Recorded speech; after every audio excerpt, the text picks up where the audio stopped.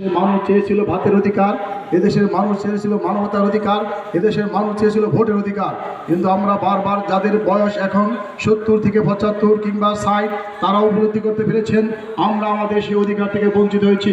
কেউ সবুজ বাংলা, কেউ সোনার বাংলা, কেউ ডিজিটাল বাংলা, সর্বশেষ স্মার্ট বাংলা দেখিয়েছেন আমাদেরকে পথে বুঝিয়েছেন।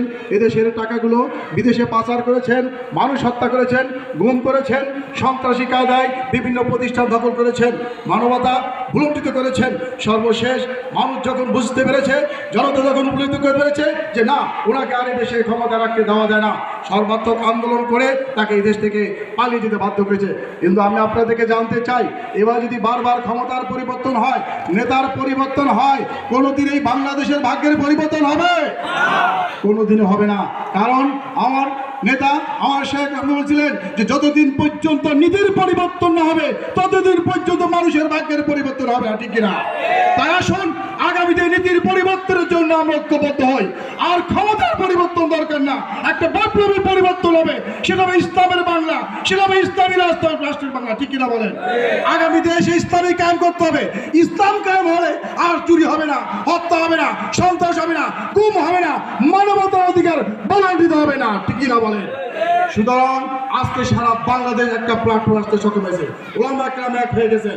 আপনি যদি জেনেছেন, বিশেষ করে আমাদের আমির পীর সাহেব চরমনাই সর্বোচ্চ ত্যাগ স্বীকার করে সমস্ত ওলামা কেরামদেরকে এক টেবিলে বসে ঐক্যবদ্ধ হওয়ার ঘোষণা দিয়েছেন।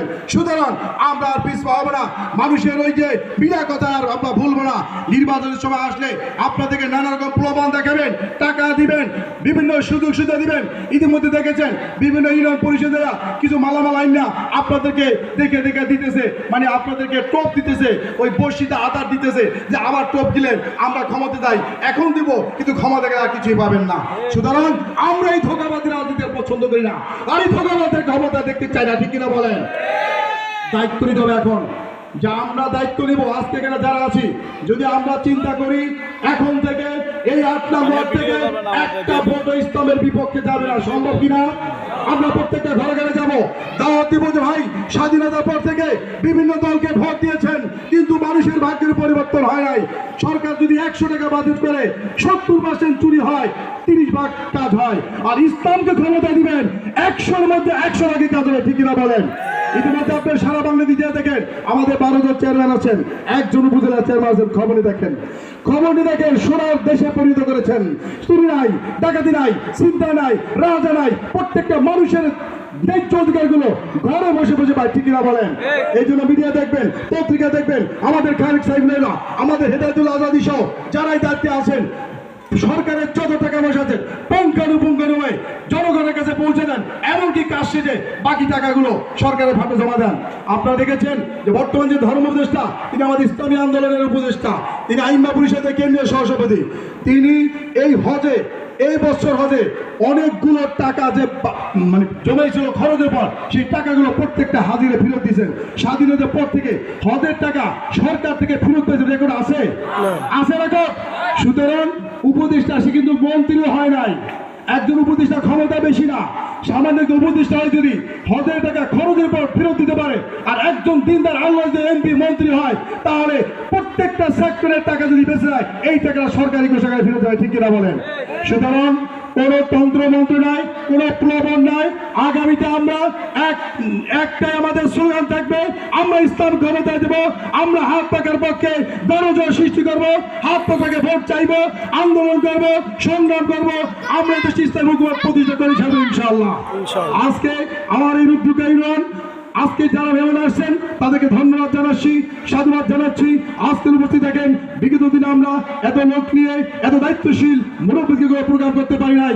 আপনারা আশ্বস্ত হতে পারেন ইনশাআল্লাহ এই শরীয়তপুরে 1 আসনের আমার তো মঞ্চে বলছে আপনি তো বাইলা আহমেদ কাশিমি সাহেব, আপনাকে যদি নমিনেশন ফাইনালি ভাবে চূড়ান্ত হয় ঐক্যজোটের পক্ষ থেকে এই রুদ্রকা ইউনিয়নে ইনশাআল্লাহ 90টা ভোট আপনি ইনশাআল্লাহ পাবেন আশা করতে পারি, ঠিক কিনা বলেন? আমরা এখন আর বসে থাকবো না, আমরা ঘরে ঘরে দাঁড়ে দাঁড়ে দুয়ারে দুয়ারে সবাইকে দাওয়াত দিব। আর একটা বিষয় বলছি যে আমাদের সাহেবকে দাবি করছেন পিয়ার পদ্ধতি নির্বাচন। বিগত দিনে দেখছি আমরা আওয়ামী লীগ যদি ক্ষমতা গেছে 30% ভোট পাইয়া আর 70% ভোট যারা দিয়েছেন তাদের কোনো এমপি ছিল না, মন্ত্রী ছিল না, কথা বলার সুযোগ ছিল না। আবার বিএনপি যখন ক্ষমতা গেছে এরকম 30% ভোট পাইয়া ক্ষমতা গেছেন, 70% মানুষ বঞ্চিত ছিল। আমাদের সাহেব বলছেন না পিয়ার পদ্ধতি নির্বাচন হবে, প্রত্যেকটা ভোটের অধিকার হবে, প্রত্যেকটা ভোটারের ন্যায্য অধিকার সংসদে কথা বলতে পারবে। আজকে যদি একটা দল কমপক্ষে 2 লক্ষ ভোট পায়, সে একজন এমপি পাবে, সেখানে সংসদে গিয়ে আপনার আমার পক্ষে কথা বলতে পারবে। আমরা ভোট দেই অথচ আমাদের ভোটগুলো পৌঁছে যায়, আমাদের এমপি থাকে না, আমাদের মন্ত্রী থাকে না। সুতরাং এই পিয়ারটা বুঝতে হবে। পিয়ার হচ্ছে সংখ্যানুপাতিক হারে সংসদ সদস্য নির্বাচন, অর্থাৎ মার্কায় ভোট দিব, হাত পাকায় যত বেশি হবে তত আমাদের সংসদ সদস্য বেশি হবে, আমরা কথা বলতে পারবো।